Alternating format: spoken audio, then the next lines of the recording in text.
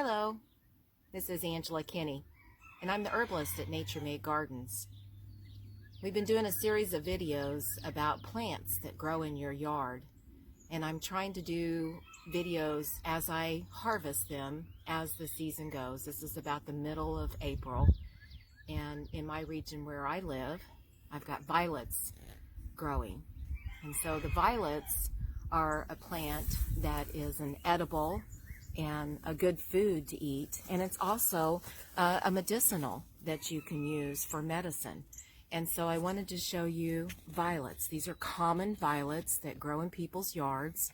I did not plant these violets, they just came, and I have encouraged them. We don't mow them real short. I mow them pretty high whenever we do mow the yard, and I always harvest first and then we mow the yard. I have it's kind of a joke in our family, so my husband always asks me when he can mow the yard, and I always have to go out and harvest some of my weeds and my plants first before we mow the yard. So I've encouraged these violets in this area, and this is on the east side of the house, and it grows a little bit in the shade, and so this is the time of year where they're really great. And so this is a violet, and so you can see here that we have a violet leaf, and this is what the violet leaf looks like. Has kind of a, a long stem here. Sometimes they grow a little shorter. This is the underneath side of the leaf. And then you've got the flower here. And the flower is just absolutely beautiful. And tastes very sweet. This is a very cooling, moist herb. This flower can be picked, and it is not what casts the seed. Actually, in the fall, there'll be a seed way down here at the bottom of the violet that you don't even notice, and that's what will populate it. And that's what will cast off and pollinate the seed.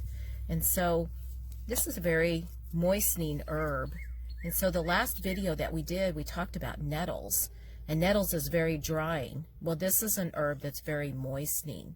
And so this herb is really good for dry coughs, a sore throat. You could take this and make a tea out of it. If you had a sore throat, it would soothe it.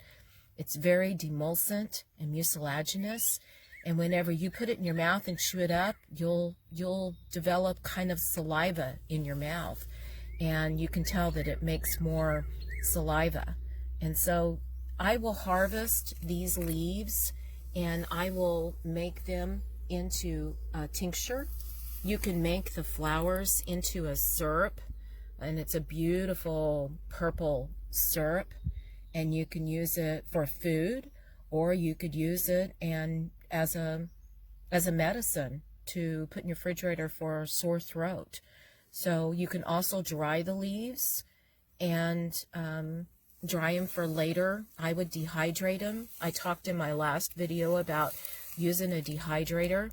I live in a very humid area, and I have to dehydrate my herbs and then put them in glass jars with lids on them to keep them, and to keep them fresh, green, and dry, because sometimes even in the summertime in a jar, if I don't get them good and dry, they'll mildew or mold.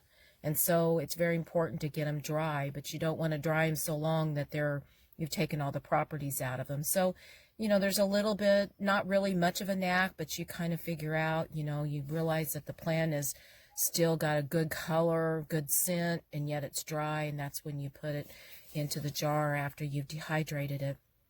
So this violet, I also use it in my oil that I make into a cream for to reduce tumors, as a massage cream that people massage gently on their tumors, whether it's for a breast or a thyroid or for any kind of a tumor.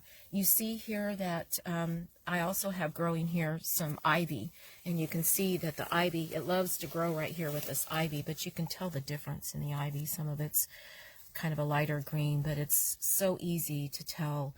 This is a very slick type leaf, and to identify, and I use it and make a cream out of it. And also see, here's the Here's a violet leaf here, and here is an ivy, like a English ivy.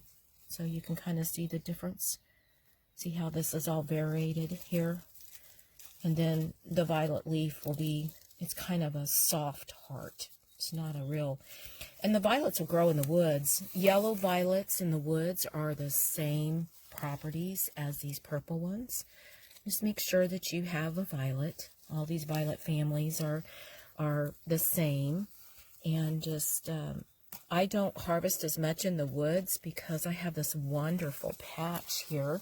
And I don't pull it up. I just, as you notice in all my videos, I just clip it off. And then these leaves will all come back. And I'll get harvest after harvest after harvest. And then in the summertime when it's really, really hot, sometimes they'll really kind of die down a little bit. They don't really put on too many leaves then, but then come the fall, they'll kind of do another surgence of, they just like the little bit cooler temperatures. Violets are great for spring. And so I've been harvesting here. I harvested some before I did the video. I've been doing a lot of harvesting today. It's a beautiful spring day. And this is all, we've had lots of rain and moisture, and so everything is really growing well. And today it's dry and still a little bit cool, but not too bad. You can see I've got a little bit of cleavers growing in here. I did a video on cleavers, and here's a real small little cleavers growing here. Not hurting a thing. I gathered a bunch of cleavers today too. I'm going to dry. My dehydrators are going to be full. Just trying to harvest this stuff to make great medicine for people that might be in need. And so I wanted to, there's a lot of food that you can use. You can put these in salads and eat them raw. I don't usually cook them because they really taste great, you know. But we do several things with them. But I wanted to show you violets today. They're such a beautiful plant. And the ones in the woods are really pretty too. I always pick, but I don't pick everything. I always leave a little bit. It's an important thing to do when you're harvesting things, that you don't pick everything that there is to pick. You leave a little bit. You don't want to kill the plant off. I have a really good crop here, and this is not going to hurt it to do these leaves, and they'll come right back. But if you was out in the woods and you were picking a bunch of violets, you don't want to pick every one that's there. You want to leave a little bit so that it'll put on seed and regenerate. So you always want to remember to not pick too much. So I like to pick in my yard because I can kind of somewhat control it. I am a busy person and work a job, and I like to be able to come out and harvest when I'm off, and this makes it super handy for me. So if you're willing to have a little bit wilder yard, you can have all kinds of food and medicine in your yard. So what a beautiful plant violet is, and how nourishing and how wonderful it is to have a plant that can reduce a tumor.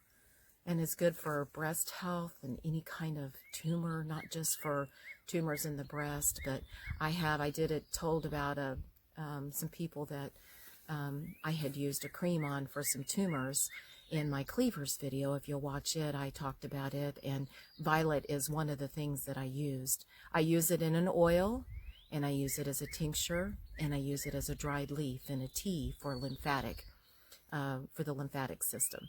So it's a very useful plant. Beautiful, tasty, and wonderfully medicinal. So thanks for joining me today and learning more about violet. And thanks.